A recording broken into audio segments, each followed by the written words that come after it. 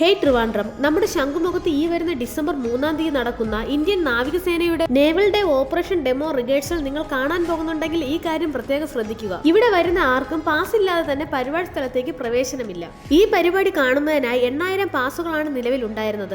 അത് തന്നെ ഇന്ത്യയിലെ പല VIP-മാർക്ക് ഓൾറെഡി കൊടുത്തു കഴിഞ്ഞു. സാധാരണക്കാരായ പൊതുജനങ്ങൾക്ക് ശംഖുമുഖത്ത് പോയി ഈ പ്രകടനം കാണാൻ സാധിക്കില്ല.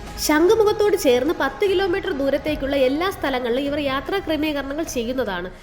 ഇല്ലാതെ ഒരു വാഹനങ്ങൾ പോലും ഇവർ അകത്തോട്ട് കയറ്റില്ല. വെട്ടുകാട് ബീച്ചിന്റെ തൊട്ടടുത്തുള്ള കണ്ണാന്തുറ ബീച്ചിൽ സാധാരണക്കാർക്ക് കാണാനുള്ള സംവിധാനങ്ങൾ ഒരുക്കിയിട്ടുണ്ട്. എന്നാൽ അവിടെയും പാസ് ക്രമീകരണങ്ങൾ നിലവിലുണ്ട്. ആ പാസുകളും കൊടുത്തു തീർന്നു എന്നാണ് അറിയാൻ കഴിഞ്ഞത്. ഈ കാണുന്ന സ്ഥലങ്ങളിൽ നിങ്ങൾ വാഹനങ്ങൾ പാർക്ക് ചെയ്ത് KSRTC ബസ്സിൽ പോയാലും ശംഖുമുഖം ബീച്ചിൽ നിന്ന് ഈ കാഴ്ചകൾ കാണാൻ സാധിക്കില്ല. KSRTC ബസ് സർവീസ് ഫ്രീ അല്ല കേട്ടോ, അതിന് ടിക്കറ്റ് ചാർജുകൾ കൊടുക്കേണ്ടതാണ്. നമ്മുടെ നാട്ടിൽ ഇങ്ങനെ ഒരു നേവിയേഷൻ ഓപ്പറേഷൻ ഡെമോ നടത്തുമ്പോൾ പൊതുജനങ്ങൾക്കും കൂടെ കാണാനുള്ള സൗകര്യം ഇവർ ചെയ്യേണ്ടതായിരുന്നു.